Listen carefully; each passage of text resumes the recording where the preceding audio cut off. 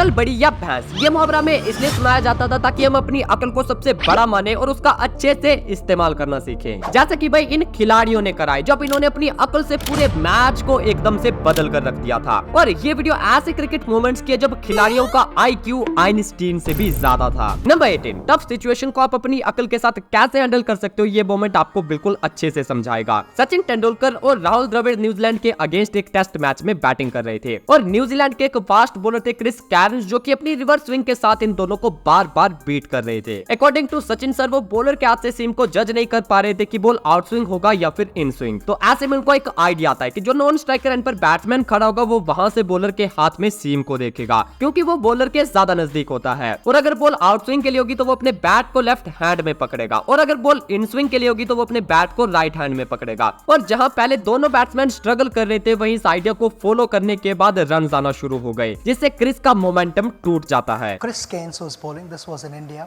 The ball was reverse swinging, and Chris Gaines was virtually beating us 2-3 times an over. I was batting with Rahul Dravid. We were getting beaten, and we were sort of clueless because we couldn't see the shine. And I met with Rahul in the middle of the wicket, in the middle of the over. I said, "I've got an idea." Rahul said, "Okay, tell me now. What is your idea?" Walking back onto his run-up, I would be watching him closely and I'd be watching the ball. Whichever side is the shiny side, I will hold the bat in that hand. If he's going to bowl an outswinger, the bat is going to be in my left hand. If he's bowling in swinger, the bat is in my right hand at the non-striker's end. Number 17, Rohit Sharma का high IQ और quick reflexes, जिसके चलते वो out होने से बच गए। IPL में MI वर्सेस RR का मैच था। रोहित शर्मा कृष्णप्पा गौतम की बॉल पर स्टेप आउट करने में थोड़ी सी जल्दी कर देते हैं, और जैसे ही गौतम ने उन्हें स्टेप आउट करते देखा तो उन्होंने लेग स्टंप के बाहर एक फास्टर बॉल डाल दी। अब बॉल वाइड होने वाली थी, पर इस पर स्टंप का चांस बन सकता था। लेकिन रोहित ने जैसे ही देखा कि वो बॉल को खेल नहीं सकते, तो उन्होंने स्टंप से बचने के लिए अपने पैर से इस बॉल को किक कर दिया, और अपने हाई IQ और क्विक रिफ्लेक्सेस के चलते रोहित ने अपनी विकेट बचा ली।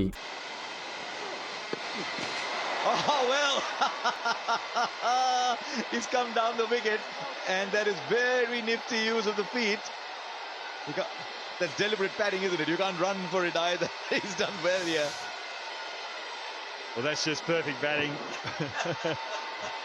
Knows that he's got. Number 16, Shane Warne cricket के लेजेंड क्यों थे, इस मोमेंट को देखने के बाद आप समझ जाओगे। बिग बैश लीग का एक मैच था। शेन वॉर्न ब्रैंडन मैकलम को ओवर डाल रहे थे। इसी बीच शेन वॉर्न कमेंटेटर्स के साथ माइक पर बात भी कर रहे थे, और कमेंटेटर्स उनसे पूछते हैं कि अब वो अगली बॉल में क्या करने वाले हैं। शेन वॉर्न उन्हें कहते हैं कि शायद मैकलम स्वीप ट्राई कर सकते हैं, तो मैं उन्हें लेग स्टंप पर एक फास्ट स्लाइडर डालूंगा ताकि बॉल टर्न होकर मैकलम को बीट करके सीधा स्टंप पर लगे। एंड वेरी नेक्स्ट बॉल वही हुआ जो शेन वॉर्न ने प्रेडिक्ट करा था। मैकलम ने स्वीप शॉट खेला और बॉल उनकी टांगों के पीछे से सीधा स्टंप पर जाकर लगता है। What about to McCullum, Shane? He might be trying to shake a sweep one after that first one, or maybe even go inside out again a bit harder. So I might try and slide one in there fast.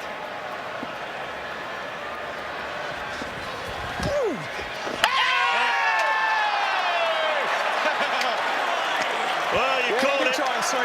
Number 15, अब आप इस अनोखी field को देखो। Well, Ashes की इस match में उस्मान ख्वाजा बढ़िया रिदम में बैटिंग किए जा रहे थे, और इसी रिदम के साथ वो 141 पर नॉट आउट खेल रहे थे। अब विकेट मिल नहीं रही थी और ऊपर से रन बनते जा रहे थे, तो यहाँ स्टोक्स ने एक अटपटा सा दिमाग लगाया और उस्मान ख्वाजा के सामने 6 फील्डर्स को बिल्कुल एक वॉल बनाकर खड़ा कर दिया। 3 फील्डर्स बॉलर के लेफ्ट साइड और 3 फील्डर्स बॉलर के राइट साइड। अब यहाँ उस्मान ख्वाजा को सीधा चैलेंज था कि अगर तुम्हें चौका चाहिए तो इन फील्डर्स के ऊपर से बॉल को मार दो। और जैसे ही रॉबिन्सन ने बॉल डाली, उस्मान ख्वाजा ने बॉल को इन फील्डर्स के ऊपर से टपाने के लिए स्टेप आउट करा, बट बॉल को वो मिस कर देते और वो इस बॉल पर क्लीन बोल्ड हो जाते हैं। Look at that. Have you ever seen a field like that? I haven't.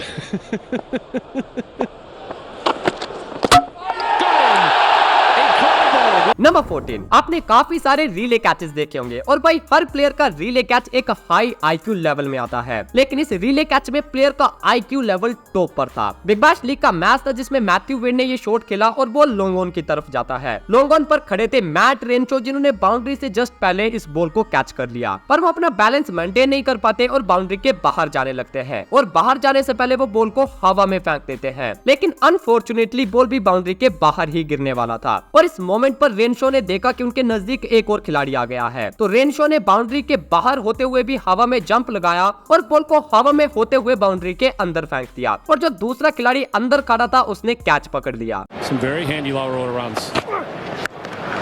So he goes high and long. Renshaw getting under it. He's right on the rope. He takes the catch. He bats it back, but he's over the rope.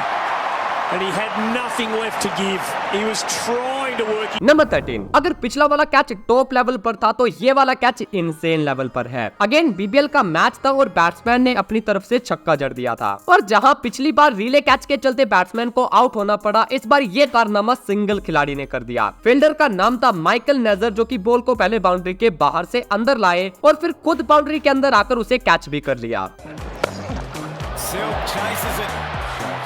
Lofts it, and he's caught by Noosa. Oh no, he's thrown it over the rope.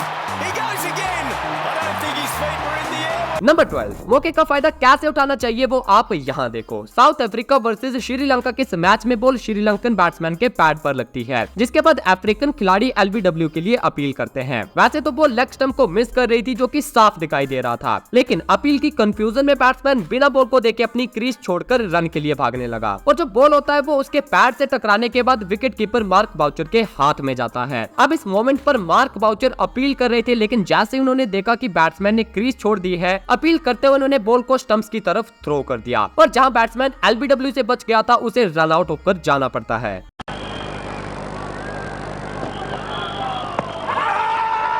Shout for LBW. Oh, he's got him. Well, now this will be interesting. There was firstly a shout for bat pad, and then number 11, Tom Latham का एक ऐसा catch जिसका सारा credit उनके high IQ को जाता है, क्योंकि कहीं से भी इस बॉल पर विकेट मिलने का कोई चांस नहीं था, लेकिन सिर्फ लैथम के हाई आईक्यू के चलते फैफ को वापस जाना पड़ता है। इस बॉल पर फैफ जो थे वो स्कूप शॉट खेलना चाहते थे, लेकिन शॉट लेग पर खड़े टॉम लैथम ने उनकी मूवमेंट को ऑब्जर्व कर लिया और वो शॉट खेलने से पहले लेग स्लिप की तरफ मूव कर गए, और जब फैफ ने स्कूप खेला तो पहले से मूव कर चुके लैथम बॉल के काफी नजदीक पहुंच चुके थे, और शॉट लेग की पोजीशन से ऑलमोस्ट लेग स्लिप में जाकर लैथम ने इस कैच को पकड़ लिया था।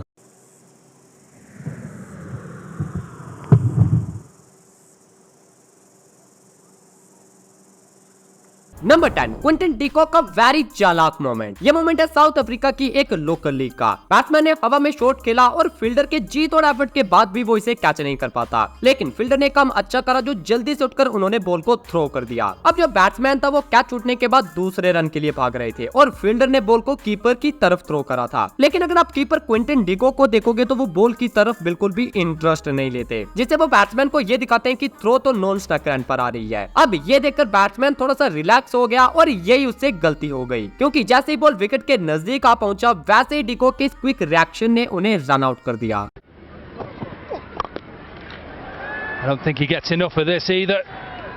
Does he catch it? No. Down. Oh, he's a run out as well. What was Andile Peflekwayo doing?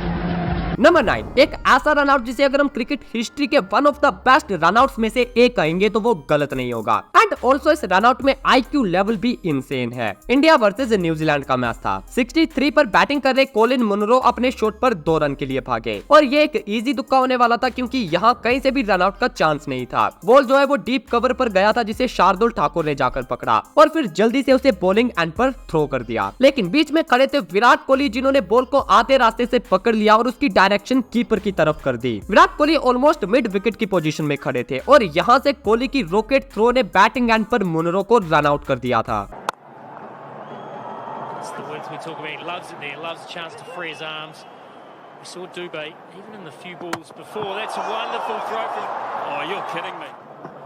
Number 8, एक ऐसा शॉट जिसने ग्राउंड में मौजूद हर एक खिलाड़ी को कंफ्यूज कर दिया। इंग्लैंड वर्सेस पाकिस्तान के टेस्ट मैच में आदिल राशिद के सामने पाकिस्तान के मिसबा उल हक बैटिंग कर रहे थे और राशिद किस बॉल पर मिसबा स्कूप शॉट खेलने की पोजीशन में आते हैं। अब ये देखकर विकेट कीपर और स्लिप का फील्डर दोनों ही लेग साइड की तरफ मूव कर गए, लेकिन एंड मोमेंट पर मिसबा ने अपना दिमाग और अपना शॉट दोनों बदल लिए और स्कूप की पोजीशन से उन्होंने बॉल को फर्स्ट स्लिप की तरफ खेल दिया। अब जो स्लिप का फील्डर था वो बेचारा पहले ही लेग साइड की तरफ मूव कर गया था, तो वो इस बॉल से काफी दूर रह जाता है। Oh, it had to happen, and finally it has.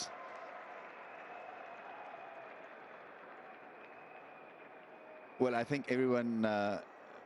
Number 7 Thala for a reason and no doubt भाई MS धोनी क्रिकेट के one of the greatest mastermind थे। पर धोनी का ये हाई IQ हमें कई मोमेंट्स पर देखने को मिला जब सिर्फ अपने मास्टरमाइंड के चलते धोनी ने मैच का पूरा सीन बदल कर रख दिया था। और अब हम उन्हीं में से कुछ best of the best moments देखेंगे। पहला मोमेंट है MS Dhoni as a keeper और Sachin Tendulkar as a bowler की पार्टनरशिप। इंडिया वर्सेस पाकिस्तान के इस मैच में जो शाहिद अफरीदी थे वो इंडियन स्पिनर्स को स्टेप आउट कर करके लंबे छक्के मार रहे थे। अब यहाँ उनके सामने सचिन तेंदुलकर ओवर डाल रहे थे और शाहिद अफरीदी ने उन्हें भी स्टेप आउट करके बाउंड्री जड़ दी। लेकिन फिर विकेट के पीछे खड़े MS धोनी ने सचिन को एक इशारा करा कि भाई बॉल को थोड़ा सा वाइड फेंको। सचिन ने इस इशारे को फॉलो करा और बॉल को काफी वाइड फेंका। अगेन अफरीदी इस बॉल पर भी स्टेप आउट कर चुके थे, लेकिन बॉल काफी बाहर होने की वजह से वो उसे खेल नहीं पाते और MS धोनी अफरीदी को स्टंप आउट कर देते हैं।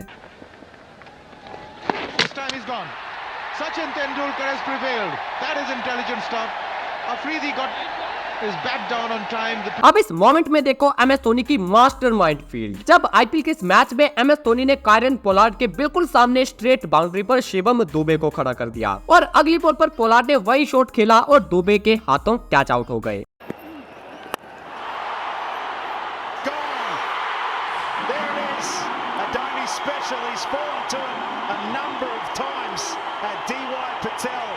अब MS धोनी का ये नो लुक रन आउट हम भला कैसे भूल सकते हैं जब MS धोनी ने बिना विकेट्स की तरफ देखे रोस टेलर को रन आउट कर दिया था। And that's heaved away on the onside. He'll find the fielder in the deep.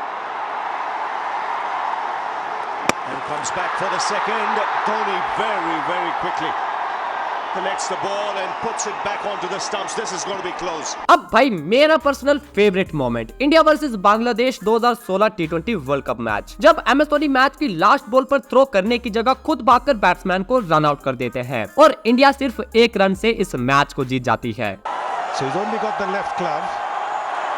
Here we go, last ball through the offside. It's running through. Could be run out. Is he run out? Or is he in? That's it. India win.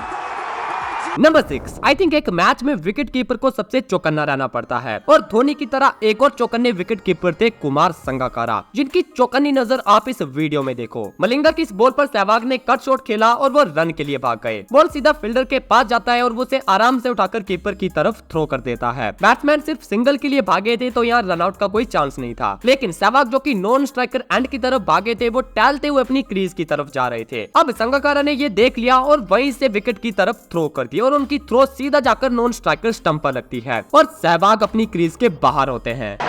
Take another look and decide for yourself. That is a shot that is headed for the boundary. One bounce. He's got to run. Why on earth is he just ambling? Not even ambling. He could walk faster normally, but he's just inviting it. Just take a look at it. He couldn't be bothered. And look at Sangakkara. His presence of mind. Serves you right.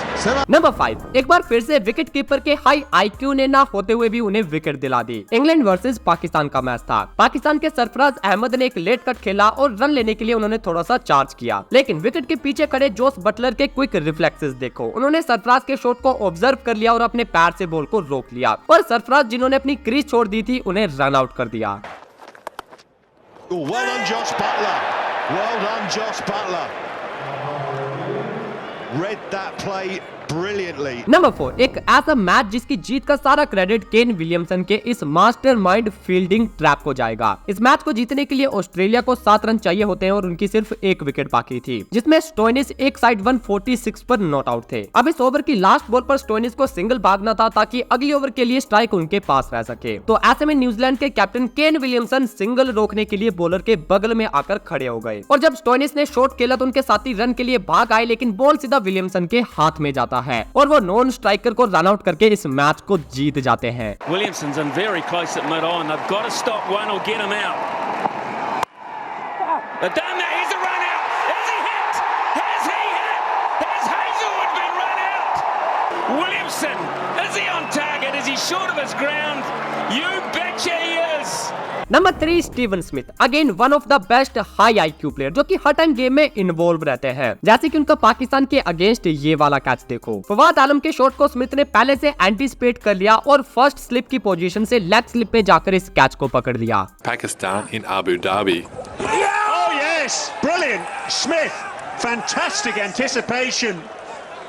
या फिर आप Smith के इस वाले signal को ही देख लो। Martin Guptill 45 पर batting कर रहे थे और तभी स्मिथ बॉलिंग कर रहे पैट कमिंस को स्लिप से एक इशारा करते हैं और ये इशारा होता है बॉल को क्रॉस सीम से डालने का। एंड वेरी नेक्स्ट बॉल जैसे ही पैट कमिंस ने बॉल को क्रॉस सीम से डाला, बॉल मार्टिन गप्टिल के बैट की एज लेकर सीधा कीपर के पास चला गया। Perth. And then this one going past the 3-7.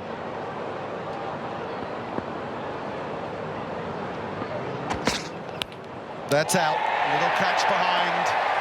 Pat Cummins has